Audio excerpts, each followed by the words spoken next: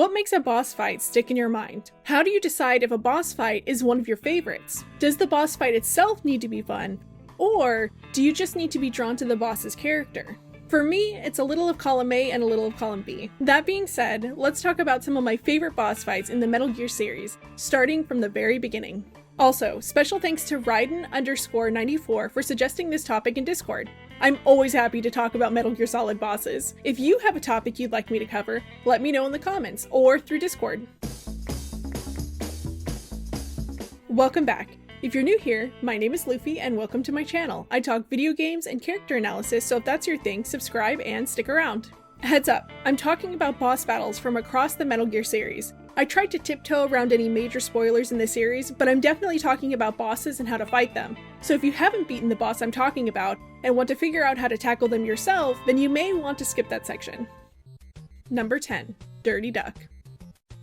We've got to start this list off with some Metal Gear and Metal Gear 2 bosses. Dirty Duck lives up to his name as this boss really does play dirty. He's surrounded himself with hostages, one of whom is Jennifer's brother. You have to kill Dirty Duck without hurting the hostages, which may seem tricky until you remember you can just walk right up to him and punch him in the face. Any boss where the solution is punch him in the face will always be on my favorite bosses list. Number 9, Bloody Brad. Bloody Brad are those two dudes that run back and forth to stop Sneyvid from comfortably entering the rooms they guard. They're also the first cyborgs of the series. These boys crack me up, as they don't shoot at Sneyvid, they just shove into him and somehow that shoving causes damage? Though I guess I'd also take damage if a metal man smacked into me. Number 8, Running Man. I love that the Running Man's gimmick is running. Who came up with that? I love that he forces you to wait for him to run in a complete circle around the boss arena. Big toddler energy. Also, he reminds me of my rabbit. She used to make me watch her run as fast as she could and would get mad if I didn't pay attention and tell her how fast she was, even though she probably was the slowest rabbit ever. It makes me want to tell the Running Man he's doing a really good job at running. Number 7, Solidus. All I want is to be remembered by other people, by history.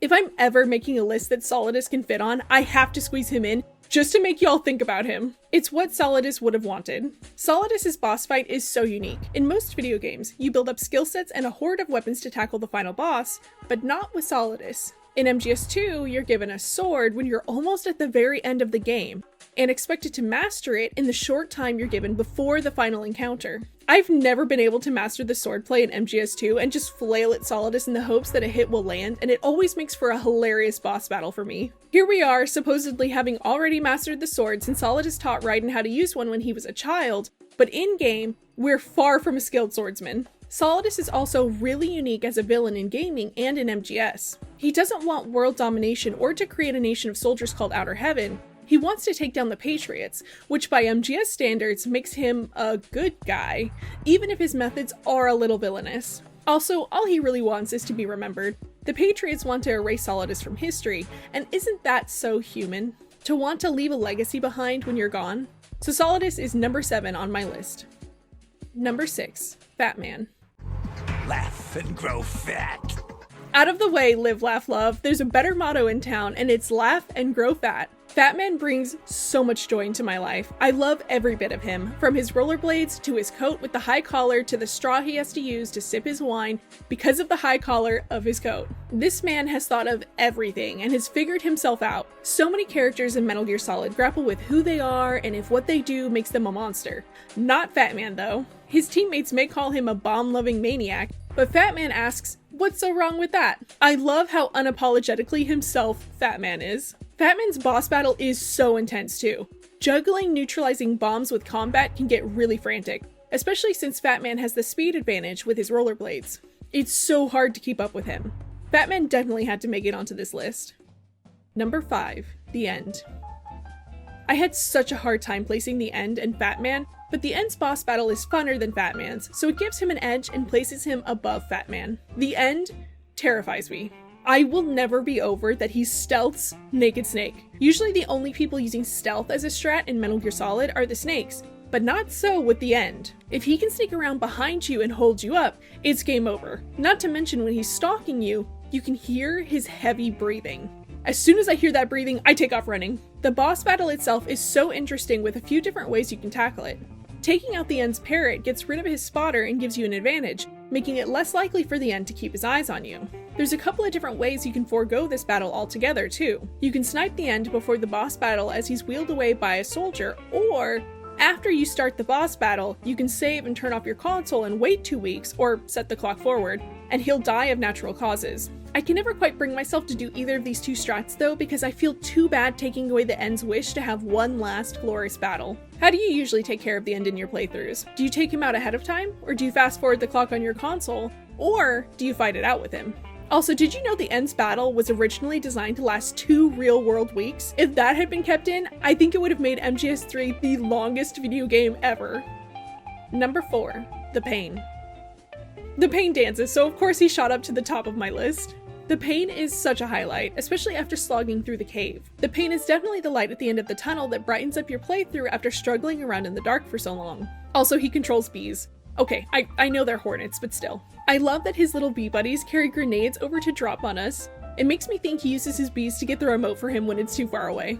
Also, he looks like he was a victim of his own hornet attacks, and it makes me laugh to think that he earned the trust of his hornets, or that his powers backfired and his bees attacked him at some point. The Pain is overall a really fun boss to fight. Number 3. Revolver Ocelot. Alright, I'm cheating a little with Ocelot and combining all of his boss fights in one section. Ocelot is always a highlight, no matter what boss fight or what scene he's in. I've never been like, oh dang, it's freaking Ocelot again. I love that in most of his boss fights, he makes you watch him spin his guns before you can get to the real fight. I love in MGS3 when he wants to stop everything to do a quick draw duel. MGS3 Ocelot is when I take him the least seriously. Ocelot is such a little stinker, and I love that that holds true for him throughout the series. I'm glad Naked Snake stopped Eva from shooting him, even if it did result in so many headaches throughout the rest of the series. Everywhere you turn in MGS, Ocelot's at fault for or involved in whatever thing the protagonist is dealing with. In MGS1, Ocelot sells Metal Gear Rex's test data on the black market, and now boom, we have to fight 50 billion Metal Gear Rays in MGS2. He's quintillion crossing everyone in MGS3, and is directly involved in the secret ending for MGS5. My love for Ocelot's boss battles doesn't extend to the one-on-one fight in MGS4, but it does extend to the Rex vs. Ray fight. The Rex vs. Ray fight is so much fun. Number 2. Liquid. Are you ready now, my brother? Why are you calling me brother? Oh, Liquid. He almost made it to the top of this list. I love Liquid so much. Both his personality and his boss fights are so much fun. I can't help but respect what a tenacious person he is. He tries to get us with a Hind D, but the Hind D is destroyed. He escalates to try and squash us with Metal Gear Rex, but Metal Gear Rex gets destroyed. He figures, fine, we'll do this mano a mano. But he's bested there too. Is this enough to make Liquid give up? Heck no! He chases after us on a Jeep with a FAMAS. Even after his and our Jeeps crash, he's still alive and determined to defeat us. You can't help but respect it. Number 1. Big Boss. It's wild to me that we never get a proper Big Boss battle in the Metal Gear Solid series. To experience BB as a villain, we have to wind back the clock to Metal Gear 2. I played Metal Gear 2 after I'd played Peace Walker and MGS5, so by that point I was seething with rage at BB and wanted to light him on fire. To my delight, lighting him on fire is exactly what we get to do in MG2. Also, his villain speech is deliciously evil. BB admits that the children you were seeing around his base were there to be child soldiers for his army. What's more, he purposefully visits war-torn areas to kill parents and traumatize kids, and then swoops in to save these same kids. BB tells Snavid, "You saw those children, didn't you? Every one of them is a victim of a war somewhere of the world, and they'll make fine soldiers in the next war.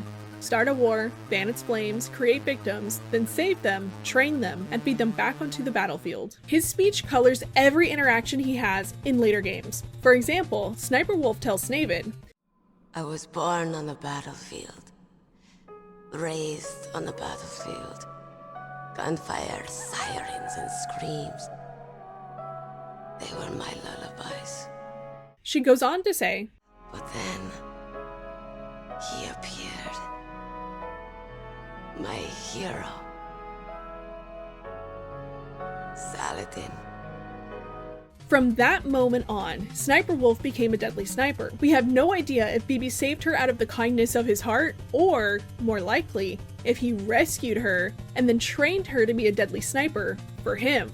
Without this context, we may think BB had done Sniper Wolf a favor, but with the context, it points to his actions likely being much more sinister. Which is why I love the BB boss battle in MG2 so much. It adds so much to his character, and like I said before, I got to light him on fire. Every boss on this list brought me joy in some way. Either the joy of battle, the joy of experiencing who they are as a character, the joy of taking them out, or some combination of the three. A character's personality is a huge factor on whether or not I like a boss battle, but the battle definitely has to be fun too. What about you? Does a character's personality matter more than the gameplay of the boss battle, or vice versa? We did a poll here on YouTube about what makes a boss fight memorable, and the majority of you said it's a combination of the fight being fun and the boss fight having strong character traits. Which I totally agree with. It's a combination for me too. Though it was interesting to see how the options gameplay has to be fun to like a boss, and character traits are more important, battled it out. Gameplay pulling a little ahead of character traits makes sense, as a bad boss battle can really ruin the mood the boss worked so hard to cultivate through their personality. Daniel Beckman 6742 broke down the brilliance of the MGS1 bosses really nicely.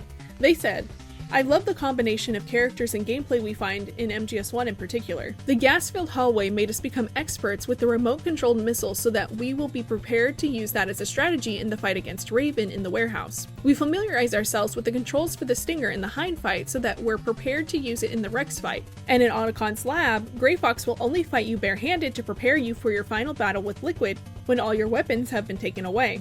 Boss fights in MGS are unique because of the way the characters are written. They are each given their own individual personality that makes their fight more memorable. Ocelot feels much different than Olga, who isn't like any of the Cobras or Dead Cell. The boss characters are a significant ingredient to the enrichment of the series, and it is the combination of character and gameplay that makes that the case. I'd never really thought about how different boss fights help prepare us for the future bosses in MGS1, which speaks to MGS1's thoughtful design. Each boss feels unique from one another, so it never feels like a rehash of a previous fight or a situation when using the same weapons. The Hind D fight feels unique from the Metal Gear Rex fight. The Metal Gear series has some of the most unique boss fights I've ever encountered. What are some of your favorite boss battles? What makes them your favorite? Thank you so much for making it to the end of today's video. If you liked it, share it with someone who wants to know more about Metal Gear Solid lore. If you need more MGS content, check out my Patreon. I upload articles I write on upcoming videos or just thought pieces on MGS in general. Or join us in Discord. We're always talking about MGS. More importantly than that though, please take care of yourself and I'll catch y'all in the next one. Thank you.